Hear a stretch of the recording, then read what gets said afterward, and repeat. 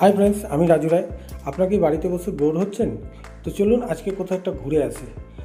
তো আজকে কোথায় যাব আমরা?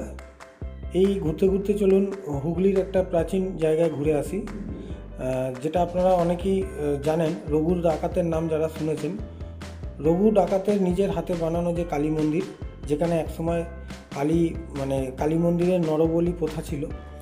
তো সেই রঘু ডাকাতের কালী মন্দিরে আমরা আজকে ঘুরতে এসেছি, এবং এই জায়গাটা হচ্ছে হুগলি জেলায় ত্রিবেণী নামক একটি জায়গায় অবস্থিত। তো চলুন আমরা ধীরে ধীরে মন্দিরের ভেতরে প্রবেশ করব এবং পুরো মন্দিরটা আপনাদের ঘুরে দেখাবো। আপনারা সবাই সঙ্গে থাকবেন আর আমার ফেসবুক পেজটাকে ফলো করে নেবেন।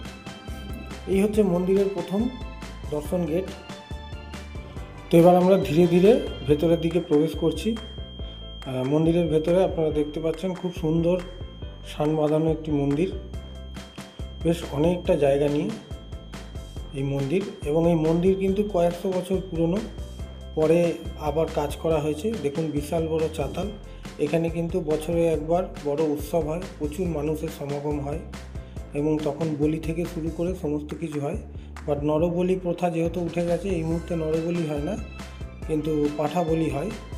এবং মন্দিরে যারা ভোগ খাবেন তারা যোগাযোগ করতে পারেন ব্যানারে দেওয়া নাম্বারে। এখানে গুরুদেবরা রয়েছে, এবং তার পাশাপাশি এই দেখুন মায়ের মূর্তি আপনাদের দর্শন করাচ্ছি। খুব বড় এবং খুব রাগী ওনার মূর্তি, মানে চোখের দিকে তাকালে ভয় লাগবে, এতটাই ওনার মূর্তিটা খুব রাগী।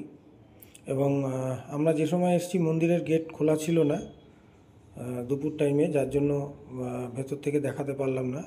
পরে অন্য সময় আপনাদের দেখাবো। কিন্তু আপনাদের কাছে একটা কথা বলবো, আপনারা যারা এই মূর্তি একদম সামনে থেকে দর্শন করবেন, আপনাদের জীবনে অনেক বিপদ আপদ কেটে যাবে। খুব ভালো একটি জায়গা, অবশ্যই আপনারা আসবেন। ধন্যবাদ।